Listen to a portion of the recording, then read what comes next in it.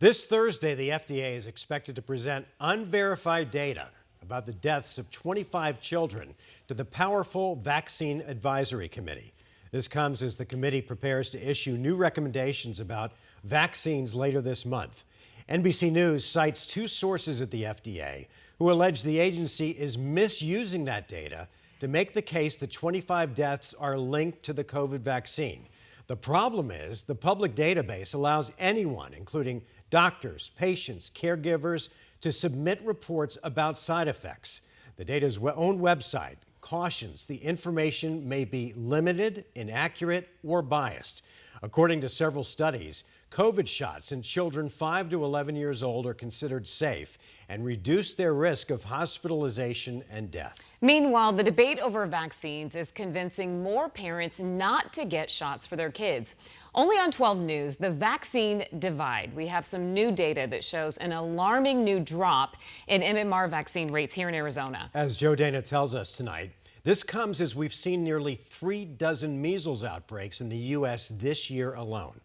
Yeah, a lot more than years past. And according to the CDC, 1 in 5 unvaccinated people who get measles gets hospitalized. And between 1 and 3 children of every 1,000 who get measles will die. Now, 2 mothers I spoke with on opposite sides of the vaccine decision both care deeply about their child's health and don't take the vaccine choice lightly. 2 kids in the Phoenix area. One is not vaccinated. The other has all of his recommended shots. I felt pressured by my doctor. It wasn't really a question for my husband and I. Every choice is personal, but experts say there are public consequences to a growing trend. NBC News, in partnership with researchers at Stanford University, collected and analyzed measles, mumps, and rubella vaccine data of every county and state in the U.S. over 6 years.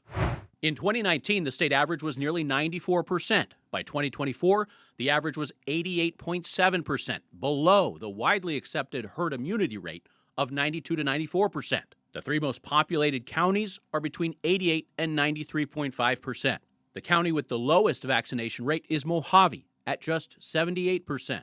A spokesperson for Mojave County telling 12 News, "We hope parents understand the potential severity of vaccine-preventable diseases and remain committed to providing education, access, and support to our neighbors." But the mainstream healthcare community is convincing fewer parents. This mom asked not to be identified. She did not get vaccines for her 4-year-old daughter. It wasn't an easy decision. She worries vaccines were the cause of her 9-year-old son's chronic health conditions. She believes there's a link between the growing number of recommended vaccines with the growing rate of childhood chronic diseases. A link the CDC says does not exist. This mom is persuaded by arguments made by vaccine skeptics. Moms need to know that you are smart enough to gather this information, to synthesize conflicting data, look for conflicts of interest. The CDC says multiple vaccines at the same time has been shown to be safe. Can you do the kitty shot? Carly and her husband say they've gotten all recommended vaccines for their 21-month-old son, Archer.